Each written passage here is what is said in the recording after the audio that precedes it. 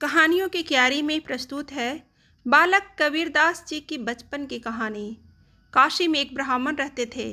वे भगवान श्री रामानंदचार्य जी के शिष्य थे। वे प्रतिदिन श्री रामानंदचार्य जी की सेवा में जाते थे। श्री रामानंदचार्य जी पचगंगा घाट पर विराजते थे तथा प्रतिदिन शालिग्राम सेवा किया करते थे। वे ब्राह्मण उनकी पूजा के लिए रोज तुलसी पत्र और फूल लेकर जाते थे। एक दिन ब्राह्मण का स्वास्थ्य खराब हो गया। उनकी स्थिति ऐसी नहीं थी कि गुरुजी को जाकर फूल दे आए। उन ब्राह्मण की एक पुत्री थी जो बाल विधवा थी। ब्राह्मण ने अपनी उस पुत्री को श्री रामानंदचार्य जी को पूजा के फूल पहुंचाने के लिए भेजा और कहा, बेटी, गुरुजी पूजा के लिए पुष्पों का इंतजार कर रहे होंगे, इसलिए तुम शीघ्रता से जाकर उन्हें पुष्प दे आओ। वह बेटी उसी समय पुष्प लेकर गुरुजी की सेवा में पहुंची। श्री रामानंदचार्य जी हमेशा पर्दे में रहते थे, वे सबसे नहीं मिलते थे। ब्राह्मण की बेटी जब पुष्प लेकर गुरुजी के पास पहुंची और उन्हें प्रणाम किया तो गुरुजी ने पूछा, बेटी तुम कौन हो? पंडित जी नहीं आए पुष्प लेकर? बेटी ने कहा, पिताजी नहीं आए, आज उनका स्वास्थ्य खराब है, इसलिए आज उनके स्थान पर मैं पुष्प लेकर आई हूँ। आप पुष्प स्वीकार कीजिए और मुझे आशीर्वाद प्रदान कीजिए। श्री रामानंदचार्य जी ने पुष्प स्वीकार किए और आशीर्वाद के रूप में उन्होंने कुछ प्रसाद पुष्प उस बेटी को देना चाहा। जैसे ही रामानंदचार्य जी ने पुष्प देने के लिए हाथ आगे बढ़ाया, उस बेटी ने पुष्प ग्रहण करने के लिए अपनी झोली फैला ली। श्री रामानंदचार्य जी ने उसकी झोली में पुष्प डालते हुए आशीर्वाद दिया, पुत्रवती भव। जैसे ही श्री रामानंदचार्य जी ने उस बेटी को पुत्रवती होने का आशीर्वाद दिया, वह घबरा गई। रामानंदचार्य जी ने पूछा, बेटी क्या हुआ? तब उसने हाथ जोड़कर कहा, गुरुजी, यह आपने किसे पुत्रवती होने का आशीर्वाद दे दिया? आपके मुख से निकला हुआ कोई शब्द असत्य नहीं होता। मैं तो एक बाल विधवा हूँ और अपने पिता के घर रहती हूँ। अब इस आशीर्वाद का समाधान किस प्रकार हो पाएगा? श्री रामानंदचार्य जी बोले, बेटी, यह आशीर्वाद भगवत इच्छा से निकला है। अब जो होना था सो हो गया। अब तुम इस प्रसाद को लेकर जाओ, तुम्हारे यहाँ पुत्र का जन्म भी हो जाएगा और तुम्हें कोई दोष भी नहीं लगेगा। यह सुनकर वह लड़की उन पुष्प को झोली में लेकर चली गई। वह लड़की मार्ग में फूलों की उस झोली को लेकर जा रही थी। मार्ग में उसे लगा कि यह झोली भारी होती जा रही है। जैसे ही उसने उस झोली को खोला, उसने देखा कि उस झोली में फूलों के स्थान पर एक छोटा सा बालक लेटा था। यह देखकर वह लड़की बहुत घबरा गई। उसने सोचा, अब मैं इसका क्या करूं? इस बालक को कहाँ ले जाऊं? यदि मैं इसे घर लेकर जाती हूं तो लोग क्या कहेंगे? मैं किस किस को प्रमाण दूंगी कि यह गुरुजी का आशीर्वाद है? इससे मेरी और मेरे पिताजी की बहुत बदनामी होगी। यह विचार करके उसने सोचा कि यह बालक जिनका प्रसाद है वही इसकी रक्षा भी करेंगे। यह सोचकर वह लड़की काशी में स्थित लहरा तालाब के किनारे उस बालक को छोड़कर अपने घर चली गई। जब वह बालक कमल के फूलों से भरे वह तालाब के निकट खेल रहा था, वहां से कई लोग गुजरे, परंतु किसी ने उस पर ध्यान नहीं दिया। तभी वहां से एक मुस्लिम दंपति गुजर रहे थे। पेशे से वे लोग जुलाहा थे। आदमी का नाम नूर अली था, जबकि उनकी पत्नी का नाम नीमा जान था। उन दोनों पति पत्नी के कोई संतान नहीं थी। वे दोनों हमेशा से खुदा से एक औलाद की कामना किया करते थे। नीमा जान को उस बच्चे के रोने की आवाज़ सुनाई दी। जैसे ही उसने तालाब की तरफ देखा, उसे वह बच्चा तालाब के किनारे खेलता हुआ दिखाई दिया। नीमा जान उस बालक को देखकर मोहित हो गई और अपने पति से कहने लगी, देखो उस बच्चे को, कितना सुंदर बच्चा है। नूर अली ने भी उस बच्चे को देखा। नीमा जान उस बालक को देखकर वात्सल्य रस से भर गई और अपने पति से कहने लगी, हम रोज अल्लाह से एक औलाद की दुआ करते हैं। यदि आप कहें तो मैं उस बालक को अपने घर ले चलूं और इसे अपनी औलाद की तरह पालूं। नूर अली ने सब तरफ देखा और उस बच्चे के माँ बाप की खोज की, परंतु उसे कहीं भी कोई नहीं मिला। अब उस बालक को लावारिस जानकर वे दोनों उसे उठाकर अपने घर ले आए। अब वह बालक एक जुलाहे के घर पहुंच चुका था। उस मुस्लिम दंपत्ति ने अपने धर्म के अनुसार बड़े धूमधाम से उस बालक का जन्मदिन मनाया। जब उस बालक के नामकरण का समय आया, तब मौलवियों को बुलाया गया। उसने कहा, तूने अल्लाह के करम से ही यह औलाद मिली है, इसलिए अल्लाह के नाम पर इस बच्चे का नाम रखो। तब उस बच्चे का नाम कबीर अली रखा गया। अब वह बालक उनके घर में पहुंच तो गया था, परंतु वह कुछ खाता पीता नहीं था। अब उसके माँ बाप बहुत परेशान हो रहे थे कि कैसे उस बालक को खिलाया जाए, कैसे उसको दूध पिलाया जाए, परंतु वह बच्चा कुछ खाता पीता नहीं था। तब एक फकीर को बुलाया गया और उनसे इस बारे में कोई उपाय पूछा गया। वो एक पहुँचे हुए फकीर थे। उन्होंने ध्यान करके बताया कि यह बालक परमात्मा की विभूति है, इसलिए यह सामान्य वस्तु को ग्रहण नहीं करेगा। इसके लिए किसी ब्राह्मण के घर से गाय का दूध मंगवाइए, यह बालक उसी को ग्रहण करेगा। नूर अली के घर के पास ही एक कर्मा नाम की ब्राह्मणी रहती थी। उसके पास गाय भी थी। अब नूर अली और नीमा जान दोनों उस ब्राह्मणी के घर गए और उससे गाय के दूध के लिए प्रार्थना की। अब वो ब्राह्मणी गाय के दूध का भोग लगाकर प्रसाद दूध उस बालक के लिए लेकर आई। बालक ने उस प्रसाद दूध को ग्रहण कर लिया। अब उस बालक कबीर के लिए ब्राह्मणी के घर से ही गाय का प्रसाद दूध लाया जाता था। वह उसी को ग्रहण करता था। धीरे धीरे उस बालक का विकास होने लगा। माता पिता नीमा जान और नूर अली उस बालक को देखकर बहुत खुश हुआ करते थे। समय के साथ बालक कबीर बड़ा होने लगा। बचपन से ही उनमें भक्ति के संस्कार थे। वे कभी भी अपनी उम्र के बालकों के साथ नहीं खेलते थे। वे बचपन से ही एकांत में बैठकर राम राम जपा करते थे।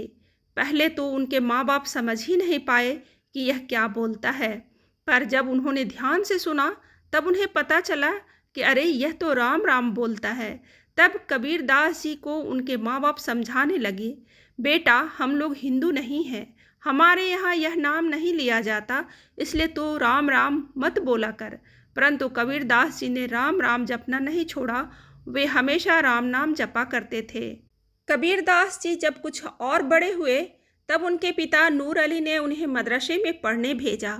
मदरसे में उन्हें उर्दू और इस्लाम की शिक्षा दी जाने लगी, परंतु कबीर दास जी को यह पढ़ने में कोई रुचि नहीं थी। वे मदरसे में भी राम का नाम लिया करते थे।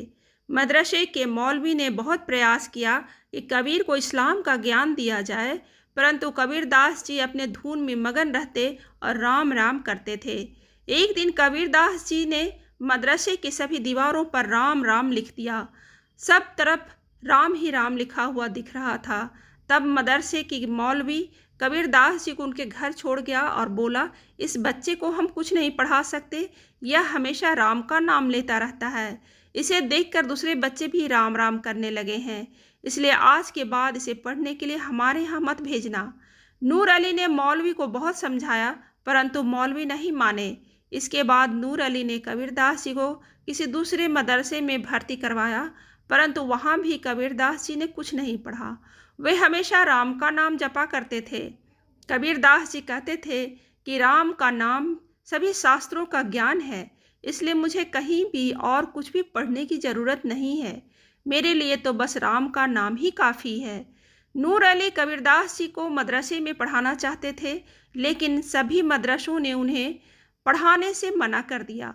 अंत में कबीरदास जी की माँ नीमा जान ने कहा, अगर यह नहीं पढ़ता तो इसे कुछ काम में लगाओ। अब नूर अली जो स्वयं जुलाहा थे, वे कबीरदास जी को अपने साथ कपड़ा बुनने का काम सिखाने लगे। अब कबीरदास जी कपड़ा बुनने का काम सीखने लगे। वे काम सीखते समय भी राम का नाम लिया करते थे। सब कुछ सामान्य चल रहा था। कबीरदास जी अब किशोर हो गए थे। वे कपड़ा बुनते और राम का नाम लेते रहते थे, परंतु उन्हें हमेशा अपने मन में कुछ कमी खलती रहती थी। वे हमेशा यह सोचते थे कि इस जीवन का उद्देश्य केवल काम करना, खाना पीना और सो जाना ही है। क्या इससे बेहतर कोई उद्देश्य जीवन का नहीं हो सकता? ऐसा सोच सोचकर कबीरदास जी व्याकुल रहने लगे।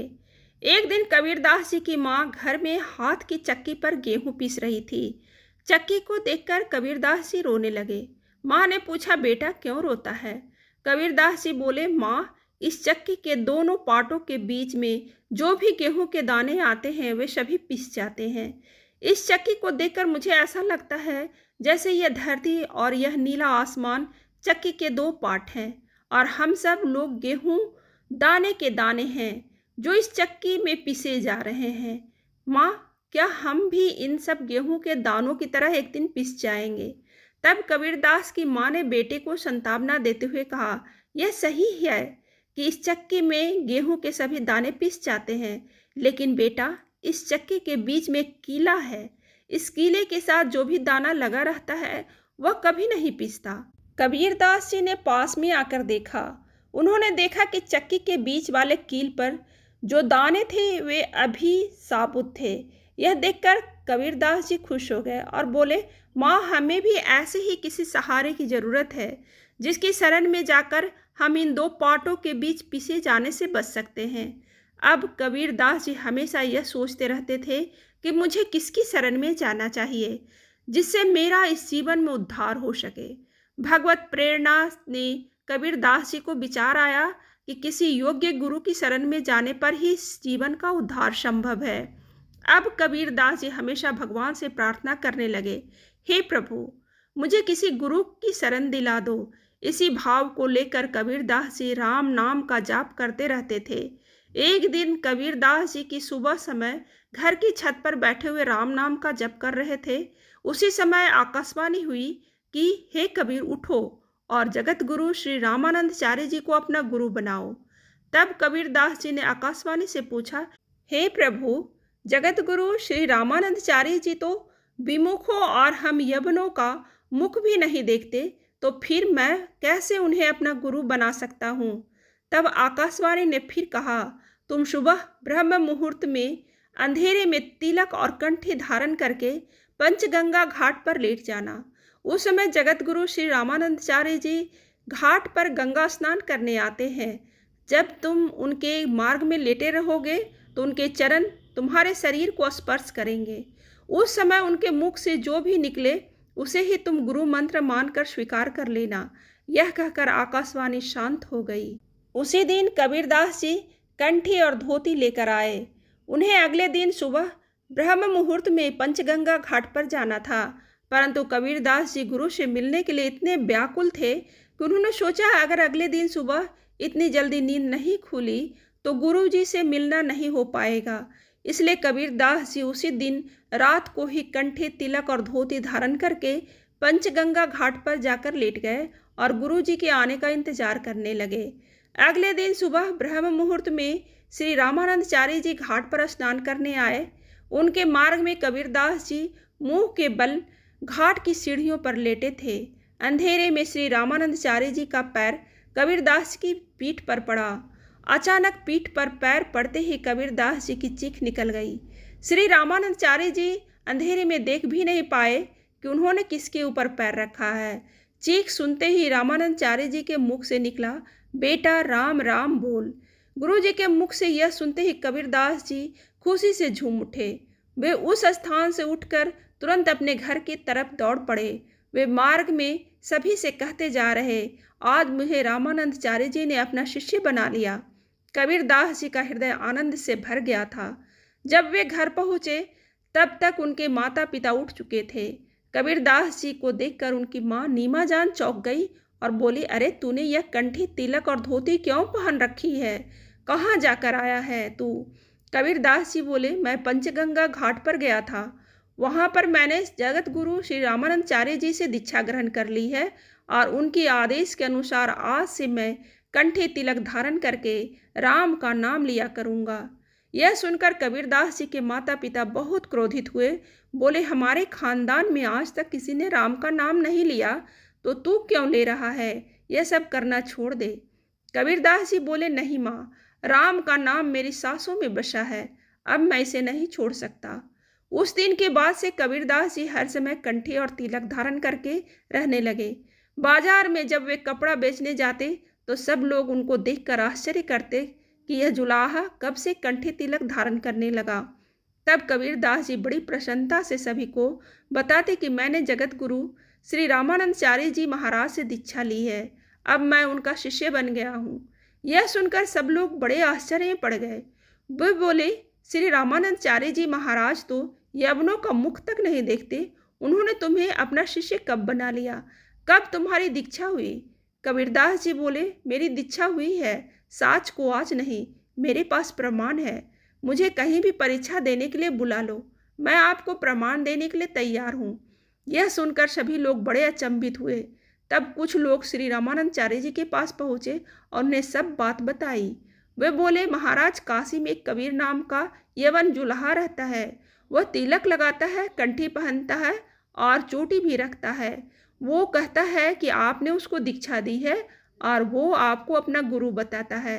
अंतर्यामी श्री रामानंदाचार्य जी महाराज सब कुछ जानते थे, परंतु लोक शिक्षा हेतु वे बोले, हमने तो किसी यवन को दीक्षा नहीं दी, उसको यहाँ लेकर आओ, उससे मिलना चाहते हैं। अब श्री रामानंदाचार्य जी के कुछ शिष्य कबीरदास जी के पास जाकर बोले, आपको गुरुदेव बुला रहे हैं। कबीरदास जी उनके साथ चल पड़े। वे मन में बार बार सोच रहे थे कि गुरुदेव उन्हें हृदय से लगाएंगे या यवन कहकर ठुकरा देंगे। जो भी हो, मैंने तो उन्हें अपना गुरु मान लिया है। मैं हृदय से उनका हूँ और उनका ही रहूँगा। श्री रामानंदाचार्य जी हमेशा पर्दे में रहते थे। कबीरदास जी को उनके पास ले जाया गया। श्री रामानंदाचार्य जी ने पर्दे में से ही कबीरदास जी से पूछा, क्या नाम है तुम्हारा, क्या करते हो और कहाँ रहते हो, तुम्हारी दीक्षा कैसे हुई और तुम्हारे गुरुदेव का नाम क्या है। कबीरदास जी ने हाथ जोड़कर उत्तर दिया कि मेरा नाम कबीर है, मैं यही काशी नगरी में ही निवास करता हूँ।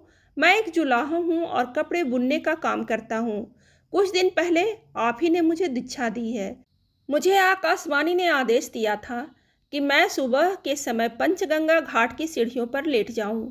उस दिन सुबह के समय ब्रह्म मुहूर्त में मैं पंचगंगा घाट की सीढ़ियों पर लेटा था। तब आपके चरण मेरी पीठ पर पड़े थे। तब आपने अपने श्रीमुख से मुझे आदेश दिया था कि बेटा राम राम बोल।